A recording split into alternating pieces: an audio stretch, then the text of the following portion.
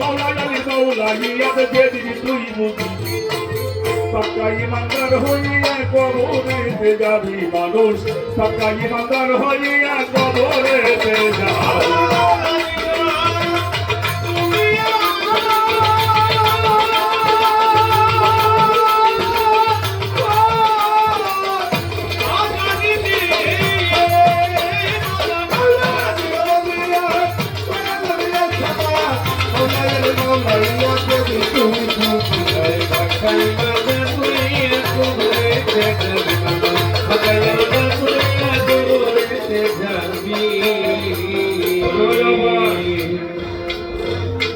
সাধক আব্দুর রশিদ সরকারের একটা গজল আমি শুরু করলাম।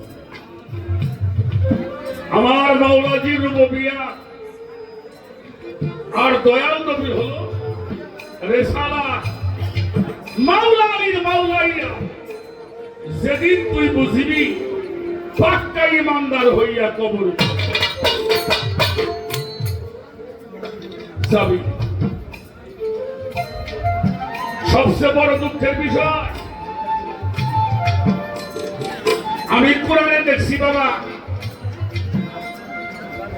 23 বছর ধরে যেই দাওয়াত নবী এত কষ্ট করে মানুষকে দিয়ে গেলেন তার বিনিময়ে আল্লাহ বলেছিল আমার হাবিব প্রত্যেকটি পয়গম্বর তারা পারিশ্রমিক নিয়েছে তুমিও 23 বছর ধরে এই রিসালাতের দাওয়াত মানুষের ঘরে ঘরে দিলে এর বিনিময়ে তুমি আমার বান্দার কাছে কি চাও? আমার রাসূল বলেছিলেন আল্লাহ তুমিও যেতে চাও আমিও তো সেই দিই। তখন নাযিল হলো সূরা সূরা 23 নম্বর আয়াত কুল আসআলুকুম আলাইহা আজরান ইল্লাল মাওয়াদ্দাতা ফিল কুরবা কোন কিছু তোমাদের কাছে আমি চাই না আমার আহলে বায়াতের মহব্বত।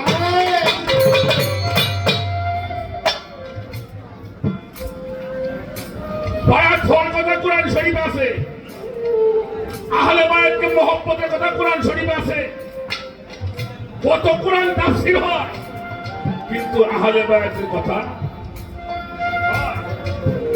যে হুজুর তাফসীর করে হ্যাঁ মানে বায়াত হওয়া ছাড়া মুসলমান হওয়া যাবে না, কিন্তু সেই তাফসীর মাহফিলের মধ্যে বায়াতের একটা কথা আলোচনা।